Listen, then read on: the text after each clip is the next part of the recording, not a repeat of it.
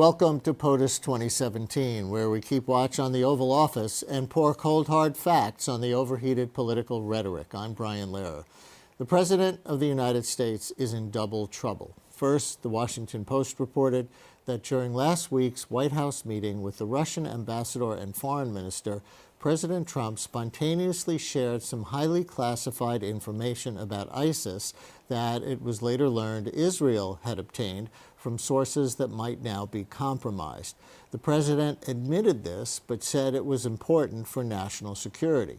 Then another shocker, this one nearer impeachment territory. The New York Times reported that back on Valentine's Day, the president asked then FBI Director James Comey to back off on investigating Michael Flynn. This the day after Flynn had to resign as national security advisor for lying to the vice president about his Russia contacts.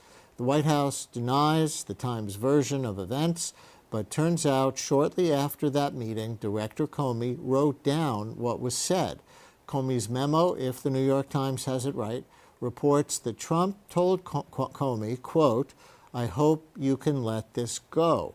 In the weeks following, the FBI director did not ingratiate himself to the president. He disputed Trump's baseless claim that President Obama had wiretapped him, and Comey testified that he was mildly nauseated by the idea he might have affected the outcome of the election by briefly launching the Clinton email investigation again in October. Comey was getting a lot of attention. Oh, and there's Jim. He's become more famous than me.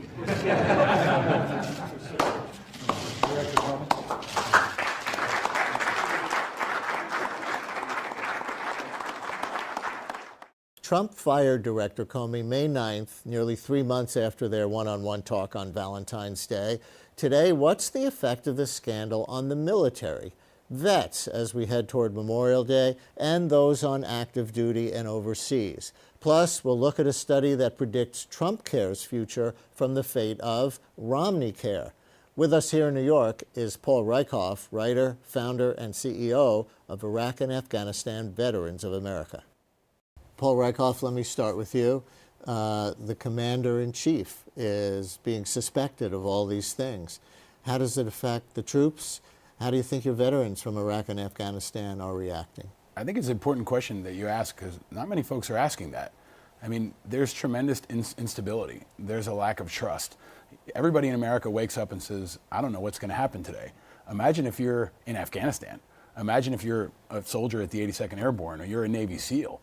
You don't know what country we're going to get in an argument with. You don't know what country we're going to talk about fighting with. And at the same time, troops are dying in places like Somalia, where most of America is not really tracking or even understanding that we've got troops at war. So I think there's a real sense of instability, and that's bad for our military. It's bad for recruiting. It's bad for the Pentagon that's trying to forward plan operations. And I think overall the trust that the military has with our civilian leadership. On the other side of things, we've got an expertise around classified information, about secret intel, and to hear that the president may have violated that sacred compact on the same day, ironically, when Chelsea Manning is being released from prison, after spending, I think, 7 years in jail, I think it sets a real precedent here. You know, if lower enlisted are going to be held to this standard for disclosing confidential information, and our president does something similar, what does that mean? Does it mean there's a different standard for our civilian leadership than there is for our military? I think these are important questions that get lost because so few people are serving in the military nowadays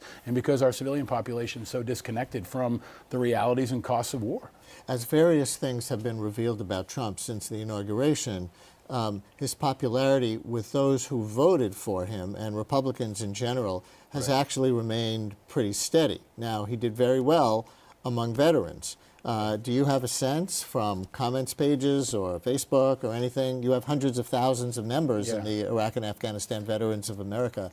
If whether, in your constituency, he's starting to lose support? I think the veteran population, which is about 22 million people, is in many ways reflective of the general population. You see about 2/3 of veterans voted for Trump, but a disproportionate number of older veterans are white, conservative men.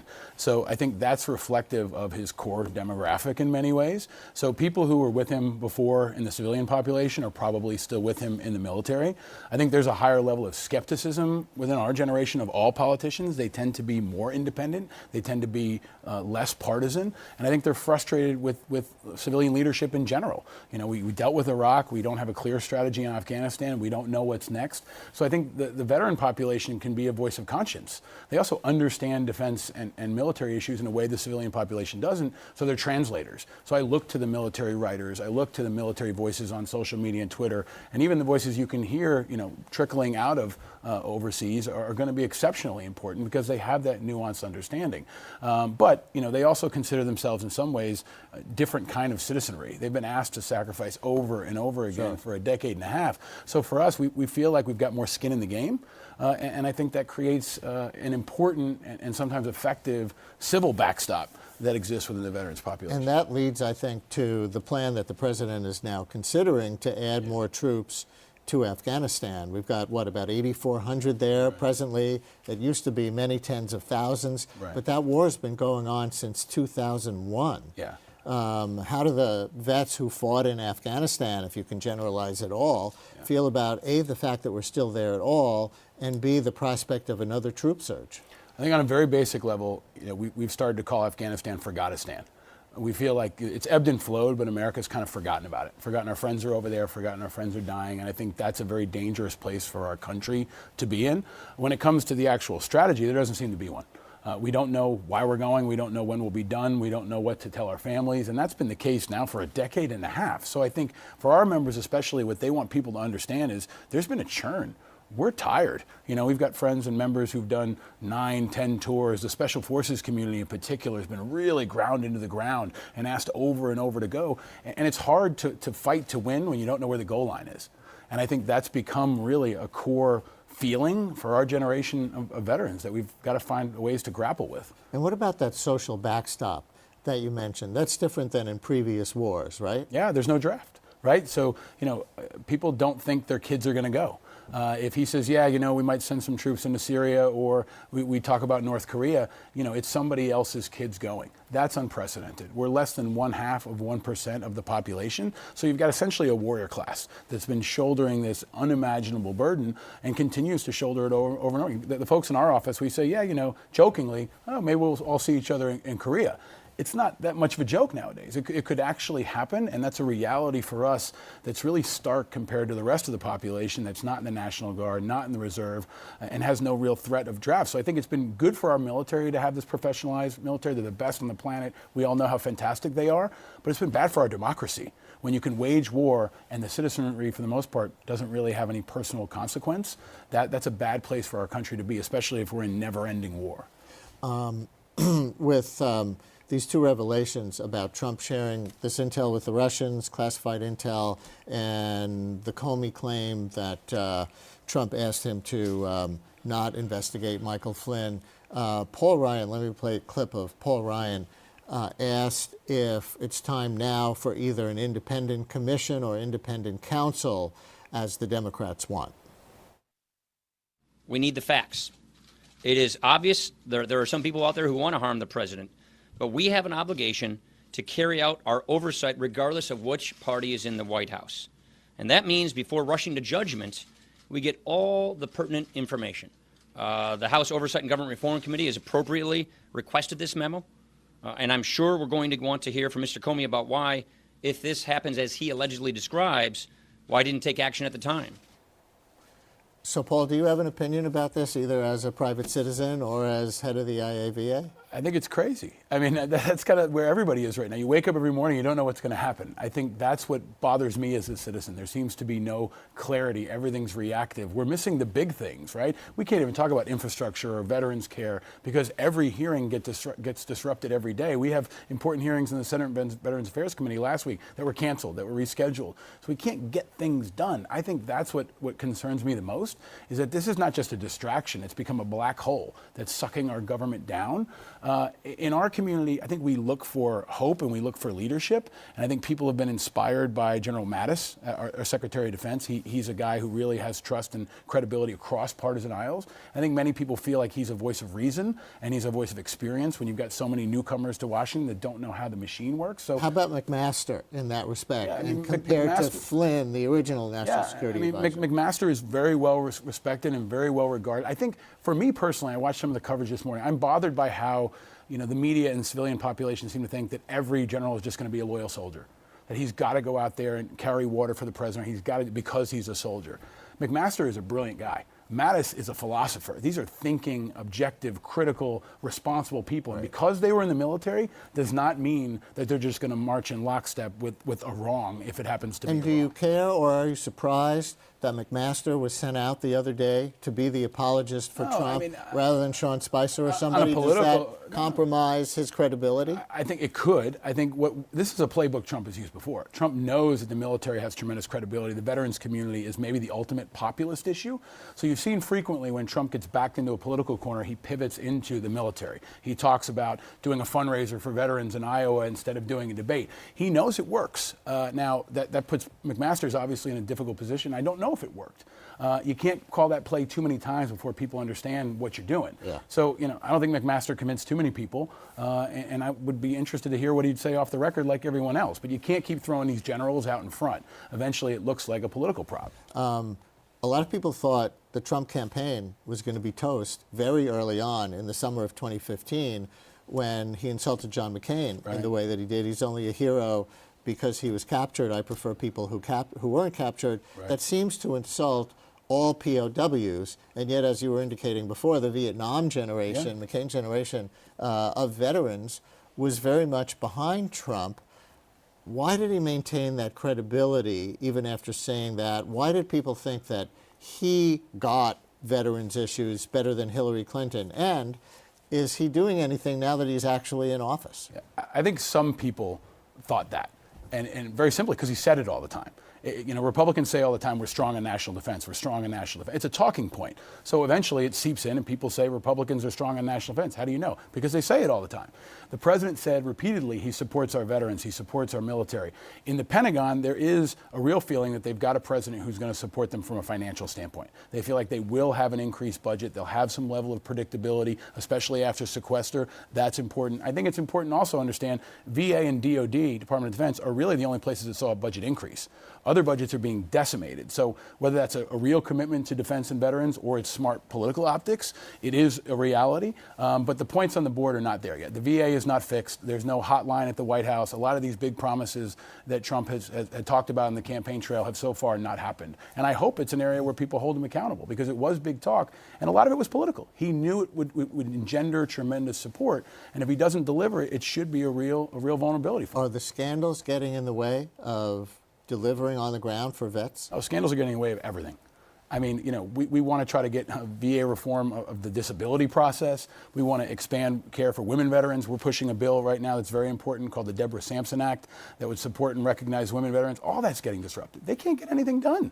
And I think even more alarming, what are we going to do if we have a legitimate external defense threat that's consistent or that's really aggressive? I mean, how are we going to be nimble enough to respond? I think that as a military planner and a political analyst, that's what concerns me the most is that America's stuck in the mud and we can't get anything done to even defend ourselves. That must be a concern to people in the military who understand what it's like to be in the middle of a real crisis. We haven't had a real national crisis, like a terrorist attack or something like that, since Trump became president. If he's having trouble managing the White House politics day to day, what's going to happen when something really serious happens? I think it's terrifying. I mean, it also impacts recruiting, right? It impacts retention. Do you want to stay in? I think it does. We'll see over time. But I think, do folks want to join a military where you don't know what's going to happen next? Do you want to stay in a military when you can't predict?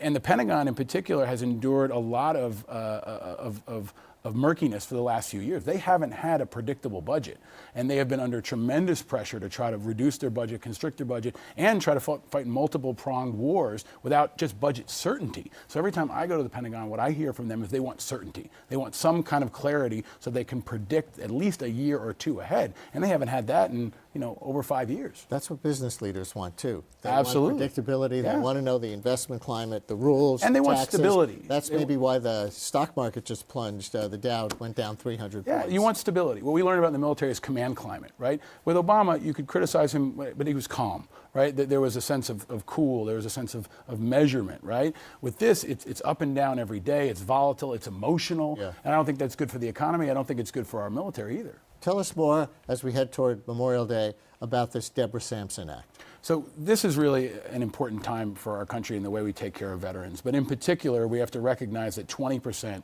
of the people who fought since 9/11 are women.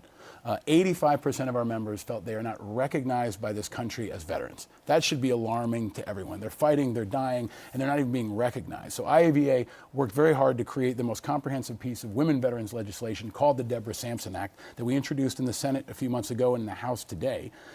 It was named after a Revolutionary War veteran named Deborah Sampson, who had to disguise herself as a man to fight overseas. She never got the care that she deserved. So this is designed to empower the VA to support these women. It's got resources for women's health care counseling, for increases in hiring, and it also changes the VA motto, which is a very important symbolic thing. If you walk into a VA hospital right now, there's an Abraham Lincoln quote from his second inaugural. It says, "For him and for his widow and for his orphan." Him, his. It excludes women. It makes them feel unwelcome. Every time they walk through a door, Do you have they a see that replacement motto. phrase? We for don't, that? and we're actually not going to be that presumptuous. We want to say, the president and the VA secretary should come up with something new and have a national campaign to find out what the best idea is, come up with something that the veterans community will support across all gender lines, but this has to change. Every time a woman walks into a VA hospital, she's pushed back by that motto, and it can help transform the culture so that we can address the largest growing population of veterans. As older vets die off, women are becoming more and more an essential part of who the VA serves. Last thing, new news. Any reaction to Trump staying in the Iran nuclear deal, but imposing new sanctions on Iran for other things that they're doing? Did you even hear this breaking news No, yet? I mean, I haven't heard. I mean, again, it's instability, right? So I'm sure there are, folks in our membership saying, okay, so where are we going next? Iran, I think, is in particular, it demands attention because we know of Iran's interventions in Iraq.